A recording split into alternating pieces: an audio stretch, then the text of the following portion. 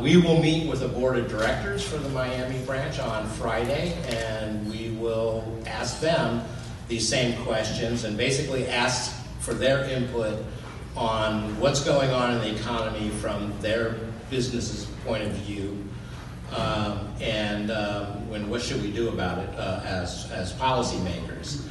That will all go back to Atlanta next week when Sherry and her colleagues will report to the president, President Bostic, what they've been hearing over the past 8 weeks or so. We'll have in Atlanta, and then a bunch of economists will weigh in with a bunch of economisty stuff. So one day is data, what the data is telling us, what models are telling us, and another day is what people in the real world are telling us about what's going on. And then we'll have an Atlanta Board of Directors meeting. We'll try to all consolidate it all at the end of next week in writing kind of the policy positions and statements about the economy that President Bostic will take to Washington. Very, very much the stuff that we hear from, maybe many of you, and the information that Sherry and the other members of our team in the branches throughout the district collect makes its way to the table in Washington. I can't remember, I've been at this a while, I can't remember a single meeting where part of our statement at the table to Raphael's colleagues on the committee where some anecdote and set of information that we had collected from our outreach in the district didn't end up as part of the conversation at the table.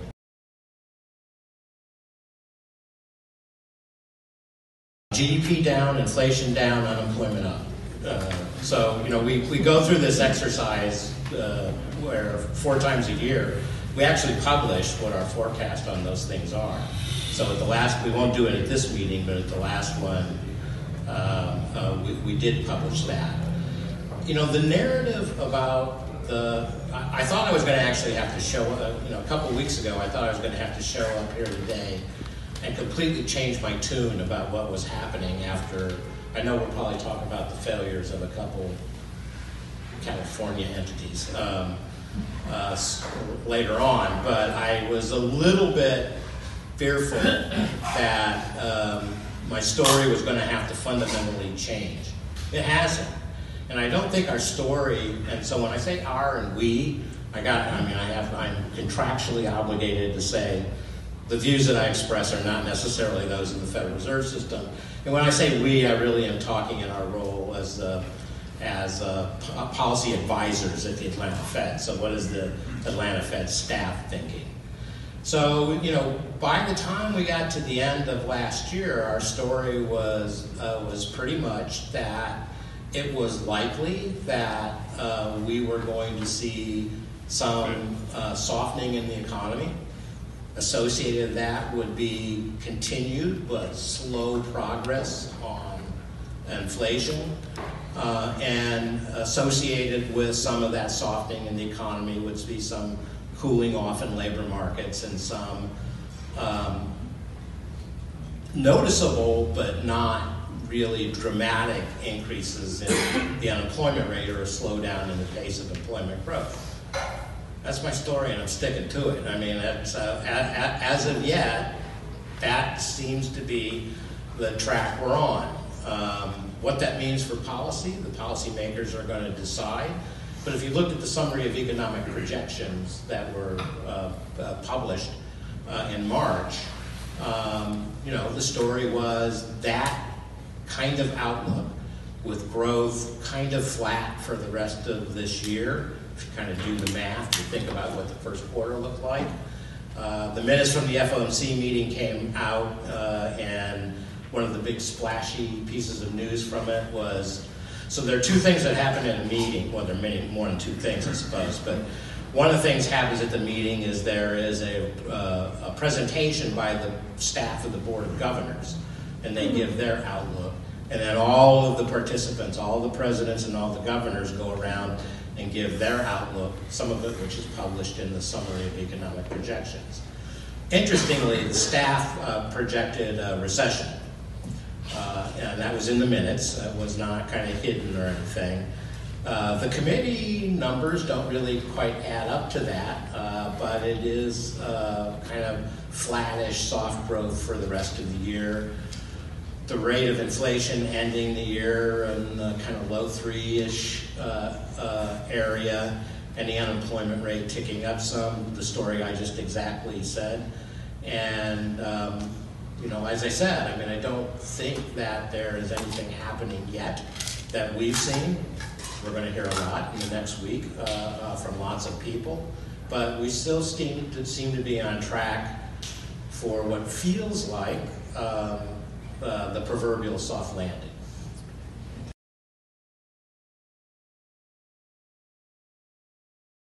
Yeah, so I think it's sometimes forgotten by people that the 2% was not a number pulled out of thin air. There had actually been a lot of thought about it. I mean, kind of the pat answer is, well, New Zealand had already done 2%, so why shouldn't everyone else do 2%? And in fact, all kind of advanced economies decided they would latch on to 2%. But there's actually some great articles written by Ben Bernanke back in the kind of early 2000s, where he kind of laid out the case for 2%. And the logic went as follows. We want low inflation, and in fact, in some world, 0 would be the best. And actually, if any of you are old macroeconomics students, Milton Friedman said it should be actually negative. Well, that did not seem to be the ideal rate of inflation, because there was the issue of when times get tough, you want to be able to cut interest rates. And if rates of inflation are very, very low, then the buffer for being able to cut interest rates is going to be small. So what you're trying to do is you're trying to set a balance between what's an interest rate that would give policy room to maneuver if needed, and rates of inflation that were not so high that they were significantly distorting decision-making in the economy. So there was a bunch of analysis done. This is maybe not reflecting well on my profession. And there's no reason. There's no reason for it to. So I mean, I'm not trying to hide anything. There was a bunch of analysis done at the time that indicated 2% was a number that was low enough to actually not do much damage to the economy. And you know, there are various views of how you define what price stability is. Alan Greenspan used to say all the time, it's a rate of inflation that's low enough that nobody thinks about it. 2%, you know, seemed like that was plausibly fitting that definition. And then the analysis that was done was basically modeling that says, well, if you ran a 2% rate of inflation, the circumstances under which you would have to drive interest rates to 0 would be relatively rare. That was essentially a time when people believed that the inflation-adjusted rate of return on treasuries was going to be something like 2%, or the normal 10-year treasury rate was 4% or something like that. And on the way, reality kind of mugged us, and that turned out to be a period of time post-2000 when kind of structural interest rates just fell a lot. And of course, we've now hit the 0 bound on interest rates several times. That is sort of the rationale behind people saying, well, maybe we ought to up the inflation target to reflect the fact that kind of the structure of interest rates in the world economy, not in the United States, but in the global economy, has changed. But the problem is then you run into the issue of, well, if you go above 2%, are you still honoring this notion that you want inflation rates that are so low, or low enough that people aren't really thinking about it, and they're not having to protect themselves significantly against inflation, wages aren't kind of persistently falling behind. And Chair Powell and every member of the Federal Open Market Committee has been very clear that they're not inclined to revisit the 2% question. And if you wanted a rationale for why that's more than just being stubborn, This would be my rationale. My rationale would be, look, I mean, one of the things we've discovered in this episode, inflation kind of is ravaging to the economy, and not least by individuals who are the most vulnerable in the economy. So you don't want to run into this world, and I've heard various, there's various views on how high is too high. But if you say something like 4%, I think that's starting to get into the territory where you really have to worry about whether you're fixing the problem of running too low on interest rates by doing something that is in the end kind of worse for the economy. So.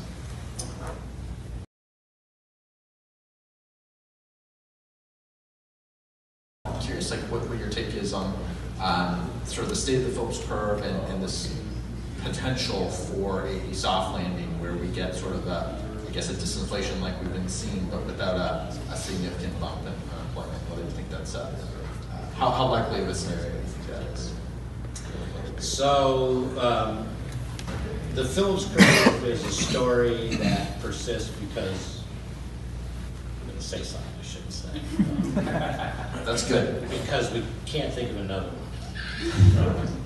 So the way we usually get it, so I don't know, I guess everyone's familiar with the Phillips curve, is this notion that high unemployment will put downward pressure on inflation and low unemployment puts upward pressure on inflation. So the policy's job is to engineer these changes in the unemployment rate in such a way to control inflation. Now, the relationship between inflation and the unemployment rate kind of broke down on us. So we kind of came up with these stories that, well, the Phillips curve used to be kind of really steep, and now it's really flat. So we made up the explanation for why it wasn't working. We're doing our best. I mean, but confession is good for the soul, and I want to have when I leave the stage of life, I want to be able to kind of meet my maker in an honest way. So I got to say, look, the Phillips curve is not a stable relationship. It is a narrative. And I think it's best understood as a narrative. And the narrative goes along the lines of, look, yeah, I mean, if you've got a significant mismatch between demand and supply in the economy, you've got to close that mismatch some way. And if you're a monetary policy maker, you can't do much on the supply side of the economy. Basically, the only thing you can do is kind of try to soften demand. And I do think there is truth in that story. Precise estimates of what it kind of takes and whether, in all circumstances, you have to drive the rate of unemployment up to some specific, precisely estimated level is sort of a lost cause, I think. The soft landing scenario really kind of relies on the notion that as real wages, as we begin to close the gap between demand and supply in the labor market, and I think it is showing some signs of closing, that and we still see persistently higher than pre-pandemic levels of wage growth as real wages catch up to the inflation, that's going to be kind of absorbed in business margins. Earnings are going to soften, and those prices, those costs on the labor side will not be fully, in any event, passed on to consumers. So the soft landing is you don't have to hammer absolutely the labor market to see progress on inflation, which was created in this event by a confluence of things. Some of them are resolving themselves already, some are not resolving themselves so quick. One of those things to resolve is very accommodative monetary policy, which has now moved into restrictive phase. So I think this general, when I said I'm going to stick to my story that I've been at for about 6 months, it is this story that we can that there's enough organic adjustment in the inflation rate as a result of the extraordinarily unusual circumstances of the pandemic that we can rely on that in combination with appropriate adjustments in policy, some slowing down in the economy, to get to where we need to get on inflation without an outsized amount of pain to the real economy and to workers.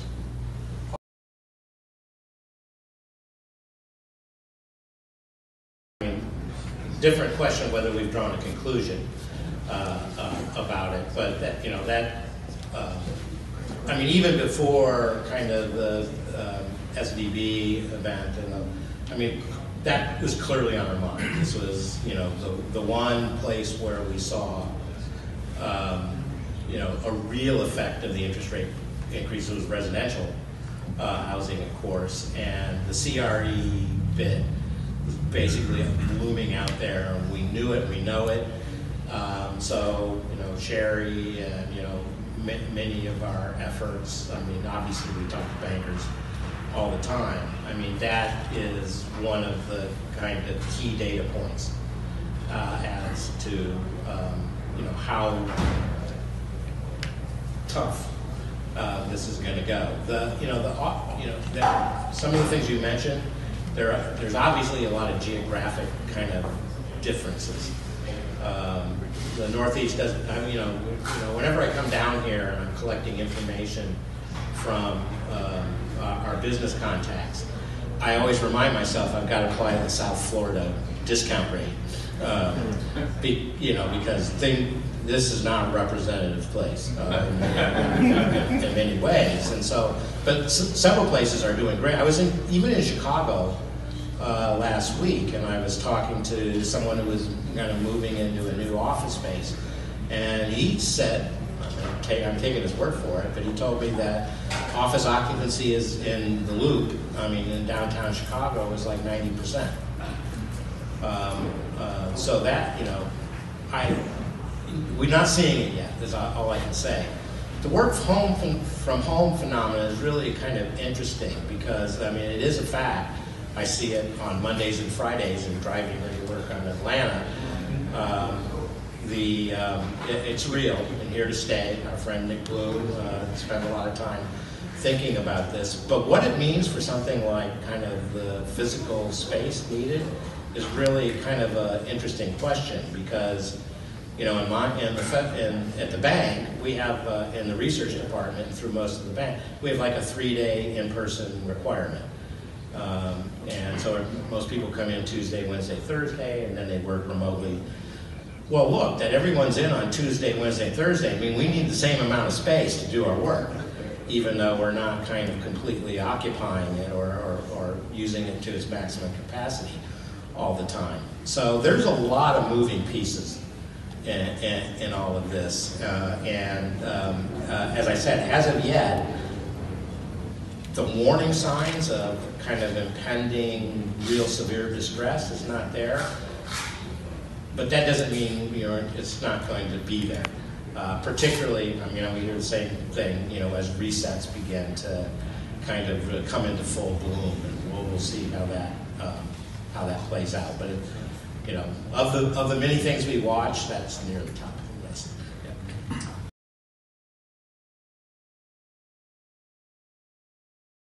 I'm curious what you think about future monetary policy. What do you think? Well, I'll repeat. I like my job, so I won't. I will not venture a personal opinion. I will simply point out that in the summary of economic projections, and really from the narratives you hear from Fed speakers, the story is pretty clear. The notion is. Raphael has many times, kind of told the story. You want to think of this tightening cycle in 2 phases. The first phase was just getting back to neutral. So you can think about kind of the 75, the ramping up into the 75 basis point per meeting move as the recognition, okay, we got to at least get back to neutral pretty quickly. And then the second phase, which really sort of takes us to the end of the year, is actually getting into tightening monetary policy region. The median summary of economic projections have, and of course there's dispersion of belief. So those summary of economic projections, which are the forecasts of the FOMC, as most of you know, it's not a single forecast. It's 18 or 19, depending on how many governors you have showing up at the who are on the board at the moment. They all submit their own forecasts. So they publish the median and they publish the full distribution of the projections for the federal funds rate, for GDP growth, for inflation. The median is at like 5.25, essentially, another 25 basis points, holding there until the end of the year. The timing is not specified in those, obviously, but we don't know whose dots are whose. You don't know the famous who's are whose, but if you pay attention, you can figure it out pretty easy. For the most part. I mean, the thing about, I like to kind of point this out. The thing about Chair Powell, the thing about virtually all of the Fed FOMC participants is what you see is what you get. I mean, there isn't, I've listened to the press conferences religiously, and it is an attempt to be completely transparent about the nature of the conversation and the thinking of the committee. And sometimes it's clearer than others, and that almost always reflects the range of opinion in that room. I mean, the chair is trying to do his level best at really conveying the sense of what the conversation was and how that led to a decision. So, everybody's been pretty clear that kind of the intention is to get to where they think they got to go, and then Raphael's language is be purposeful, be resolute and patient. So resolute in getting to where we think we need to go to meet our objectives of low inflation, and resolute in not blinking the first time the going gets a little bit tough.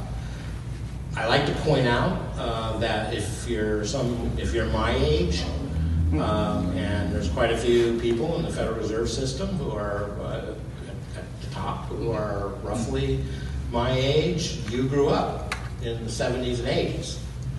I mean, you grew up with the experience of what happens when monetary policy goes wrong and allows the inflation rate to run out of control. And it was traumatic. I mean, it was traumatic for the economy. It was traumatic for real people. So that lesson is not forgotten by the folks on the committee. The market clearly has a different view. One of us is going to be right. We'll find out who.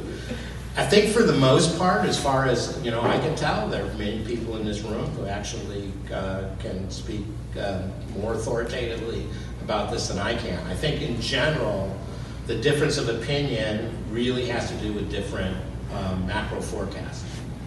So I think that the market seems to be articulating a view, to the extent that the market can articulate a view, that the inflation rate is going to come down faster and the economy is going to weaken more significantly than what is reflected in the summary of economic projections by the committee. That, in the end is going to be borne out by the facts, who has the more accurate assessment of the way this is going to go. I don't think it's because of confusion about what the Fed is likely to do. I don't think it's a real difference of opinion about objectives that the market may have versus the FOMC.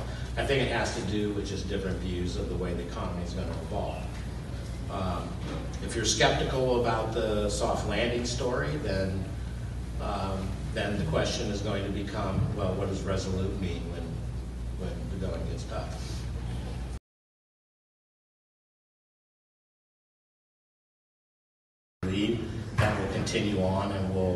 get back to the level of goods, basically deflation that characterized most of the pre-pandemic period.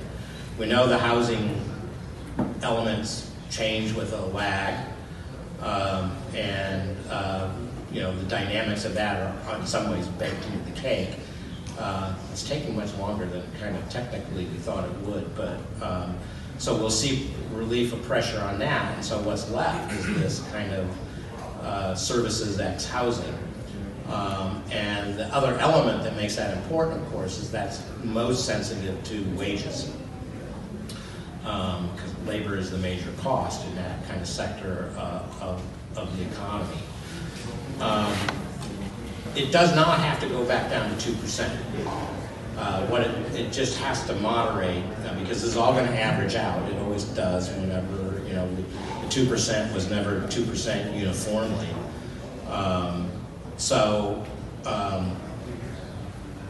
The reason that's being emphasized is because it feels like it may be the stickier part of the inflation picture. It is the part that is most related to kind of the Phillips curve question, really, if you think about it, because of the wage component. And it's sticking up there and not changing. So seeing moderation in that segment of the market basket is kind of, I think, the key signal that we are we are in the period of dynamics that are truly moving us in the right direction. We were going to get disinflation as a result of these other elements.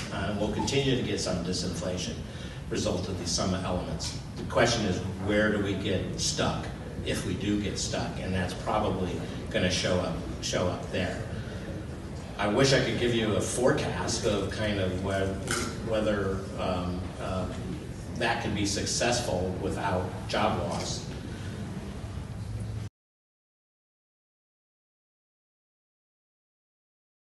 The fact is we have kind of a structural problem with housing, right? And we kind of structurally have excess demand. The fact that the cost of construction are high, were high before. I'm not even sure interest rates are the sort of prime culprit on the supply side. They almost certainly are not, only as they kind of feed in demand in the short run. This is not going to be a long run thing. The cost of land. I mean, look. I mean, you're in a place where, you know, what's the issue?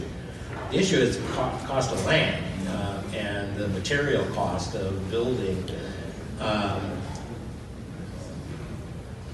There is not really a dynamic in place that kind of sets us up for softness in the labor market for an extended period of time. You can see it through a cycle, of course, and we may, but at the end of, you know, I say, you know, at the end of all of this, we're going to be faced with the same problems that we were faced with before the pandemic, only worse. And that is, we don't have enough workers. We don't have workers with the right combination of skills. We don't have enough housing affordability. We have kind of an urban mismatch between the labor market and the infrastructure to support that labor market.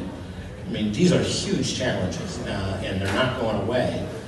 Maybe part of the good news is it kind of puts a floor kind of on how you know, soft things will get and for how long. But it also makes the inflation issue that much more kind of difficult. As I said, I mean, we're a little bit surprised kind of that the kind of housing element of prices have not softened more than they have, and we're still seeing kind of the influence from that sector on the inflation measures. I think it's probably a technical problem, but I would not dismiss entirely the fact that there are a lot of structural issues in that market in particular that just simply aren't going to stick with us, be part of the story one way or another.